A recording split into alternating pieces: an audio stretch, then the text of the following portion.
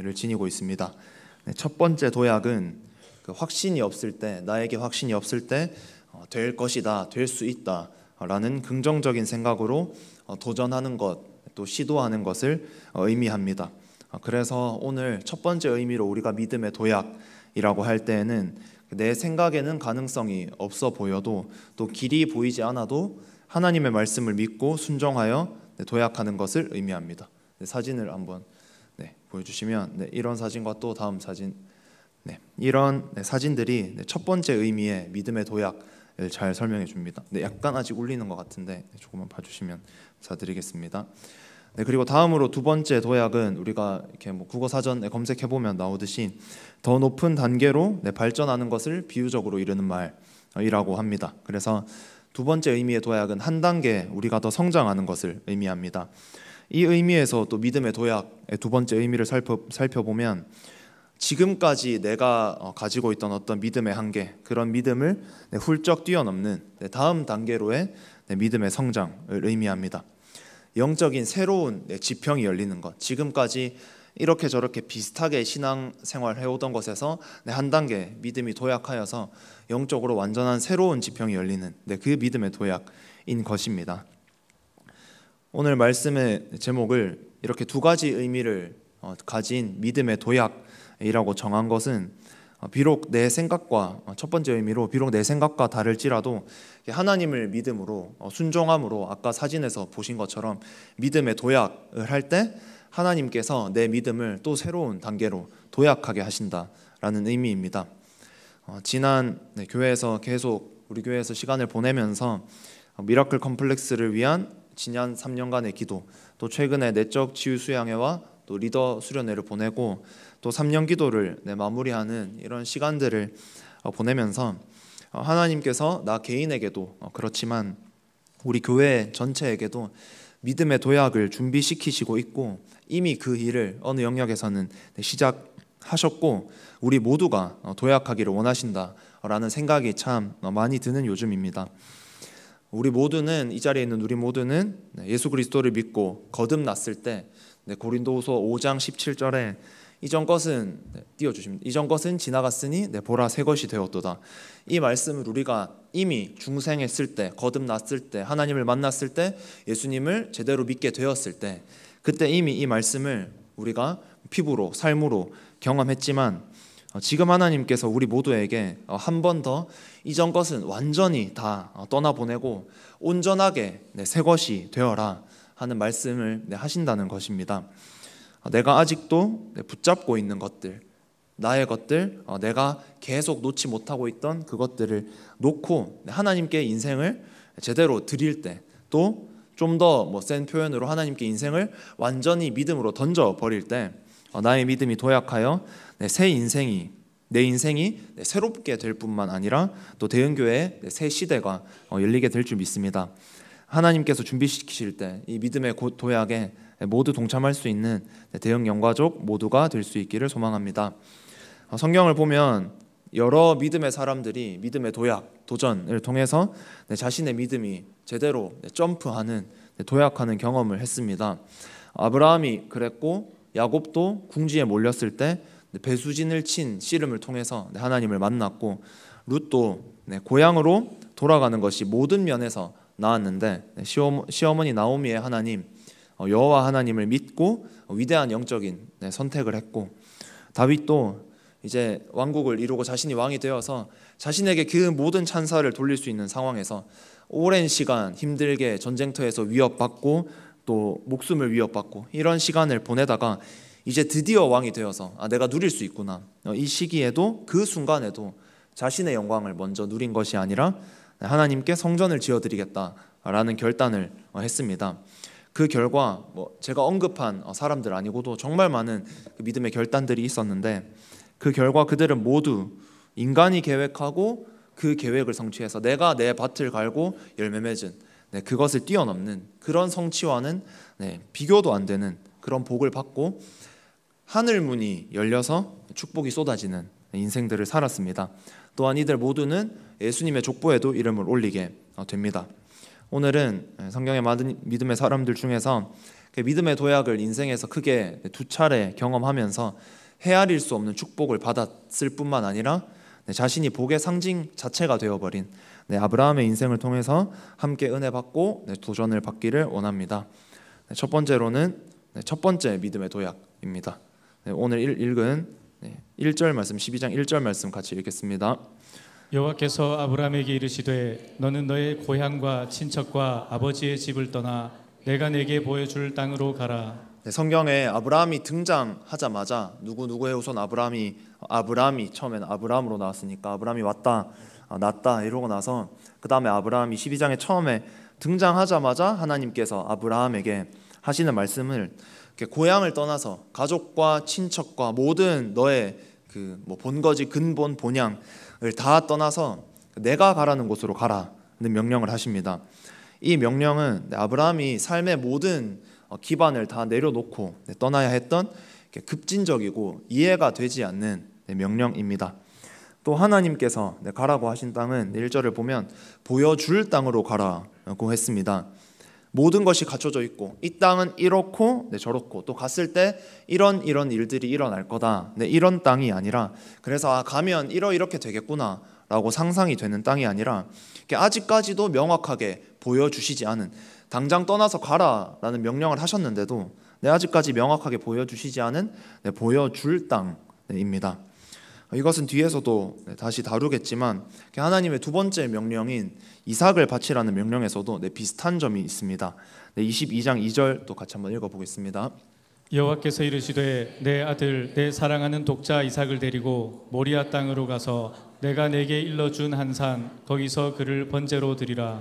개역 개정에는 내가 너에게 일러준 산 거기로 가라라고 되어 있지만 이전 번역을 봐도 그렇고 영어 역본들을 보면 보여주시면 모두 다 대부분의 영어 역본에서 다 제가 찾아본 곳에서는 다 이미 알려준 산이 아니라 하나님께서 앞으로 알려주실 산으로, 명령 그 순간에는 어디에 가서 어떻게 제사를 드리라, 이삭을 어떻게 드리라, 혹은 내가 어떤 것을 예배해 둘 거다 이런 말씀 전혀 없이 아직까지 그곳이 어디인지 어떠한 곳인지 정확히 알지 못하는 상황에서, 정확히 정도가 아니라 거의 아는 것이 없는 상황에서 하나님께서 가라고 명령하신 것입니다. 이것을 볼 때 하나님의 모든 명령과 그런 하나님께서 우리에게 원하시는 그 모든 것이 이렇지는 않겠지만 자주 또 특히 믿음의 도약이 필요한 자들에게, 특별한 은혜가 필요한 시점에 살고 있는 사람들에게, 그 사람들에게는 다른 사람이 볼 때는 과하고 과격하고 급진적으로 보일 수 있는 순종, 그 결단을 하나님께서 원하실 때가 분명히 있다. 내 인생에 그런 시점이 분명히 있다. 나에게도 우리 교회에도 그러하다는 것을 알 수 있습니다. 우리의 믿음이 어느 정도의 수준에서 저도 여러분도 우리 공동체 모두도 그냥 이 정도면 됐지, 그냥 이렇게 살던 그 수준에 머물러 있는 것이 아니라 한 단계 점프하기 위해서는 아까 언급한 많은 믿음의 사람들이, 또 아브라함이 그냥 그렇게 하나님 믿으면서 살다가 다 버리고 떠났을 때 믿음이 한 단계 제대로 점프한 것처럼, 그런 믿음의 도약이 있기 위해서는 다른 것은 하나도 고려하지 않고 오직 하나님만 믿고 뛰어드는, 또 누군가는 너무 과하다라고 말할 수 있는 과격하고 급진적인 그런 순종이 필요하다고 성경은 말하고 있는 것입니다. 하나님께서 앞으로 우리 교회를 지금 또 쓰시지만 앞으로 더 쓰실 텐데 그 준비를 하고 계시는데, 그 사명을 너끈히 여유 있게 충분히 감당하기 위해서는 아브라함과 같은 내 이성의 한계를 뛰어넘는 그 영적인 결단이 필요합니다. 하나님께서 우리에게 무엇을 요구하십니까? 순종하라 하십니다. 각자에게 요구하시는 순종이 분명히 있습니다. 그것을 외면하던 나의 모습을 벗어던지고 하나님, 제가 그렇게 하겠습니다 라고 순종해야 합니다. 기도하라 하십니다. 이런 이유로 저런 이유로 기도를 짧게밖에 못하고 하지 못하고 이때는 좀 쉬고, 이럴 이유를 대기 전에 먼저 기도해보고 말해야 합니다. 사랑하라 하십니다.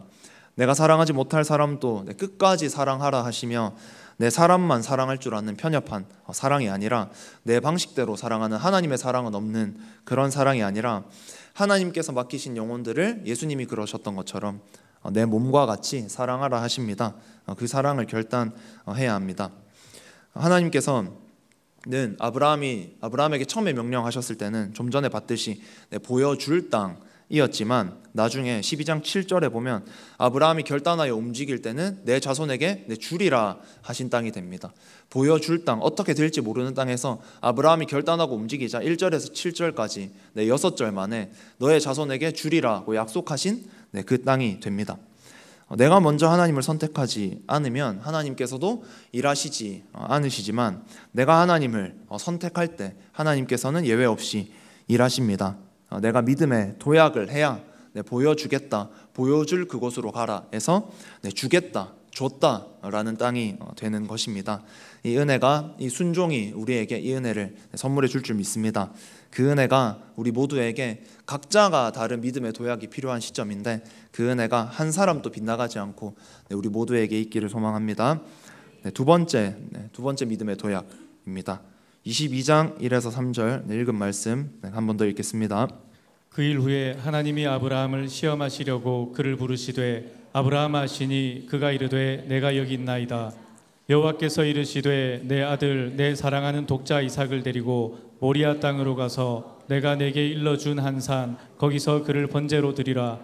아브라함이 아침에 일찍이 일어나 나귀의 안장을 지우고 두 종과 그의 아들 이삭을 데리고 번제에 쓸 나무를 쪼개어 가지고 떠나 하나님이 자기에게 일러주신 곳으로 가더니 이렇게 아브라함의 첫 번째 믿음의 도약이 있고 자신의 모든 본향과 모든 기반을 떠나서 하나님께서 가라고 하신 그곳이 어딘지도 정확히 모르고 떠났던 그 믿음의 도약이 있고 시간이 흐른 뒤에 하나님께서는 아브라함과 맺은 그 언약을 더 견고하게 하시기 위해서 한 번 더 순종을 요구하십니다.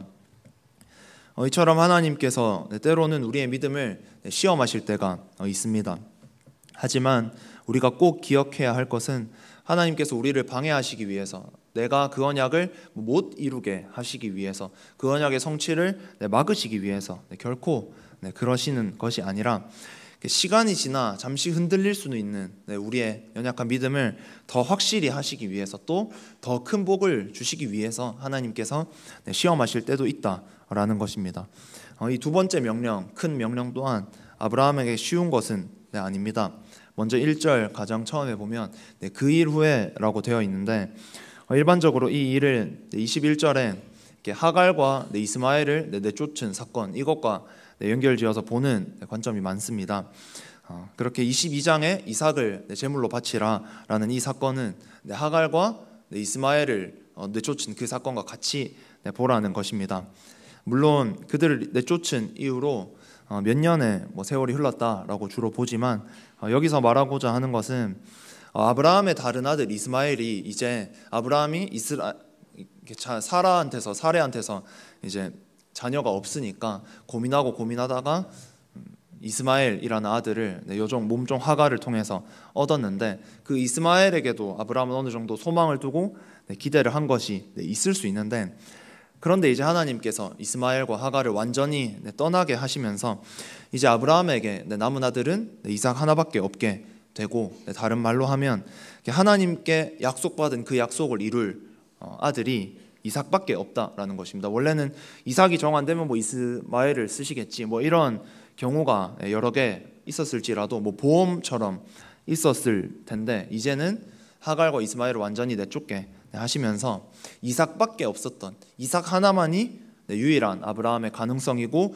소망이고 하나님과의 약속을 이룰 수 있는 그 방법이었음에도 하나님께서는 그 상황에서 이삭을 바치라라는 요구를 하셨다라는 것입니다. 어떤 사람은 아브라함이 약속을 제대로 믿었기 때문에, 하나님께서 약속하셨고 그것을 성취하실 것이라는 것을 흔들리지 않고 믿었기 때문에 이삭을 죽이지 않겠다라는 확신을 해서 이삭을 모리아 땅의 산으로 명령하신 대로 데리고 갔을 것이다 라고 하기도 하고, 어떤 사람은 히브리서 11장의 말씀을 들면서 이삭을 죽은 자 가운데서 하나님께서 내가 죽인다 하더라도 다시 살리실 것이다, 이렇게 생각을 했기 때문에 이삭을 바치는 결단을 할 수 있었다. 뭐 이렇게 이야기를 하기도 하고, 또 아브라함은 진짜 이삭이 죽을 수도 있다라고 생각을 했지만 그보다 하나님을 믿는 믿음이 더 컸기 때문에, 하나님께서 어떻게든 하나님의 뜻을 이루실 것이다 라는 그 믿음이 더 컸기 때문에 그 엄청난 결단을 할 수 있었다. 뭐 이렇게 이야기를 하기도 합니다. 뭐 어떤 식으로 생각을 하든 확실한 것 한 가지는, 아브라함이 이삭을 바치는 이 두 번째 믿음의 결단도 결코 첫 번째에 뒤지지 않는 과격한 결단이고 위대한 순종이라는 것입니다. 아브라함에게 이삭은 자신의 여러 패, 여러 카드 중에 하나가 아니었습니다. 또 아브라함은 다른 자신의 피할 길을 만들어 두고 순종한 것도 아니었습니다. 내가 어떤 인간적인 기반을 어느 정도 갖추고 나서 하나님께서 요구하시는 이 믿음에 도전을 했을 때 내가 때로 실패할지라도 어느 정도는 안전할 수 있는 그런 기반을 갖추고 나서 하나님께 순종한 것도 아니었습니다. 이삭 이후에 또 아들 몇 명을 이렇게 어떻게든 어떤 다른 방법을 통해서 낳고 나서 이제 이삭을 좀 바쳐도 되겠다, 이렇게 늦게 반응한 것도 아니었습니다. 오직 이삭만이 그의 유일한 희망이었고, 이삭을 잃게 되면 자신이 지금 가지고 있는 다른 모든 것이 하나도 의미가 없어지는 그런 인생이었음에도 아브라함은 결단을 하고 순종을 했습니다. 하나님만 믿고 진짜 절벽 끝에서 뛰어내린 것입니다. 오늘 우리가 해야 할 영적 결단과 순종, 믿음의 도약, 어떤 것들이 있을까요? 그것을 하나님께서 말씀하실 때 붙잡을 수 있는 오늘이 될 수 있기를 소망합니다. 세 번째로는 아브라함이 받은 축복입니다. 이렇게 순종을 해서 아브라함은 많은 복을 받습니다. 창세기 13장 2절을 보면 아브라함에게 가축과 은과 금이 풍부하였더라. 이것은 아브라함이 결단을 첫 번째 결단한 지 얼마 뒤에 나온 말씀이지만, 아브라함이 받은 복 중 아브라함은 소유가 너무 많아서 조카 롯과 함께 지내기 어려울 만큼 물질의 복을 받았다. 이런 복도 우리가 얘기할 수 있지만 오늘은 이것보다는 지금까지도 잊혀지지 않은 아브라함이 받은 더 위대한 복을 함께 이야기해 보려고 합니다. 첫 번째는 너는 복이 될지라 입니다. 12장 2절 3절 같이 읽겠습니다. 내가 너로 큰 민족을 이루고 내게 복을 주어 내 이름을 창대하게 하리니 너는 복이 될지라. 너를 축복하는 자에게는 내가 복을 내리고 너를 저주하는 자에게는 내가 저주하리니 땅의 모든 족속이 너로 말미암아 복을 얻을 것이라 하신지라. 우리가 잘 아는 것처럼 아브라함은 복의 상징이 되었습니다. 자신이 어느 정도 복을 받고 이 정도가 아니라 성경에 아브라함이라고 검색을 해보면 아브라함을 빼고서도 제가 검색했을 때 256번이 나왔는데, 구약에 아브라함의 이름이 당연히 많이 나오지만 신약에도 아브라함의 이름이 정말 많이 나옵니다. 신약에 아브라함의 이름이 나올 때는 아브라함이 이런 일을 했다더라 이런 것도 있지만, 그것보다 아브라함을 복의 상징으로, 또 언약의 상징으로, 또 믿음의 조상으로, 그리고 우리가 그 아브라함과 같은 신앙, 아브라함의 후손이다, 이것을 자부심으로 드러내는 그런 표현들이 많이 나옵니다. 아브라함은 후대에 자신의 이렇게 내려가서 후대에 이스라엘 백성들에게 복이라고 하면 아브라함의 이름이 떠오를 만큼 많은 복을 받았습니다. 또한 아브라함은 민족에게 복의 통로가 되기도 했습니다. 아브라함이 하나님과 약속을 어기지 않고 지켰기 때문에 그의 가문에 아예 임하지도 않았을 수 있는, 아브라함이 그 통로를 연 것입니다. 그것이 아니었으면 그냥 다른 가문에게, 다른 곳으로 그 복이 다 흘러가고 다른 가문들을 하나님께서 쓰셨을 텐데, 아브라함이 그 순종을 했기 때문에 아브라함의 가문의 축복의 문, 복의 통로를 아브라함이 하나님께 받아서 열었고, 후손들 모두가 지금까지 아브라함으로 인해 복을 받은 것입니다. 정말 그 당시의 복으로 그친 것이 아니라 대대로 이어지는 이 축복, 지금까지 우리가 도전을 받는 삶을 살 수 있었던 것은 아브라함의 그 순종, 결단, 믿음의 도약이 있었기 때문이고, 그로 인해 이러한 복들을 받은 것입니다. 두 번째로는 예수님의 족보에 오른 것입니다. 오늘 여기 좀 더 집중해서 이야기해 보려고 하는데요. 3절 말씀을 같이 한번 읽겠습니다. 너를 축복하는 자에게는 내가 복을 내리고 너를 저주하는 자에게는 내가 저주하리니 땅의 모든 족속이 너로 말미암아 복을 얻을 것이라 하신지라. 3절에 히브리 민족 이스라엘 사람뿐만 아니라 이렇게 땅의 모든 족속이 아브라함으로 말미암아 복을 받았다라고 하는데 그 당시에만 보면 사실 이게 이루어질 수가 없는 말씀입니다. 땅의 다른 이방 족속, 다른 족속들이 어떻게 아브라함 때문에 아브라함의 후손들이 하나님을 믿게 됐고 잘 살았고 이런 거라면 이해가 되지만 땅의 모든 족속들이 어떻게 아브라함으로 인해 복을 받았냐라고 하면 잘 모를 수가 있는데 지금까지 와서 보면 아브라함의 족보를 통해서 아브라함을 통해서 예수님까지 왔고 이는 우리에게 유대인뿐만 아니라 그때 히브리 족속들뿐만 아니라 이방인인 우리까지도 예수님께서 오심으로 이 땅의 모든 족속들이 복을 받는 또 새 생명을 받는 그 축복이 아브라함을 통해서 온 족속 가운데 땅의 모든 족속 가운데 퍼지게 되었다라는 것입니다. 그리고 또 하나는 마태복음 1장 1절 또 같이 보겠습니다. 아브라함과 다윗의 자손 예수 그리스도의 계보라. 예수님의 족보에 올랐다는 것 그것보다 더 영광스럽고 더 기쁜 것이 없을 정도로 큰 복이고 영광입니다. 근데 이것은 우리가 다 알고 있는 사실이기 때문에 오늘은 아브라함이 예수님의 족보에 올랐는데 아브라함부터 아브라함, 이삭, 야곱 이렇게 이어져서 예수님까지 이렇게 중간에 이탈하지 않고 복이 언약이 잘 전달되었다. 오늘은 이 관점에서 좀 잘 보도록 하겠습니다.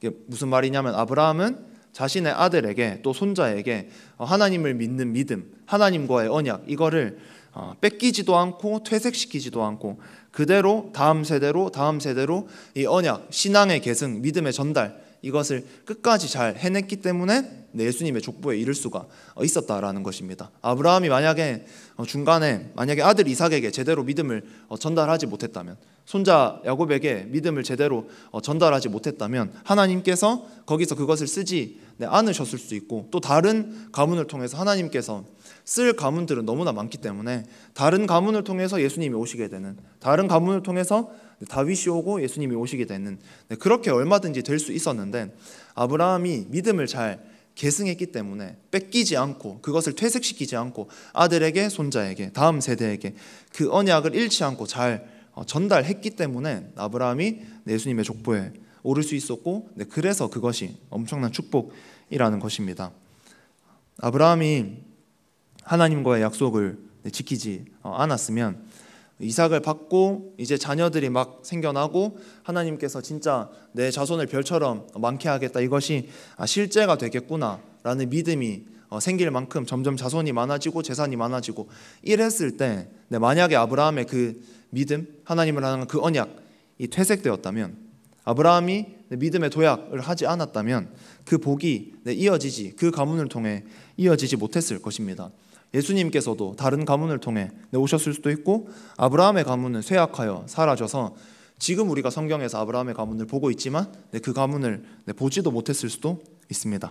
하지만 아브라함은 자신이 그 마음을 지키고 자신이 그 신앙을 잘 유지해 갔을 뿐만 아니라 아들 이삭에게 손자 야곱에게까지 하나님의 약속을 잃지 않고 잘 전달했고 그 결과 계속 대대를 이어서 다윗까지 예수님까지 그 약속이 이어진 것입니다.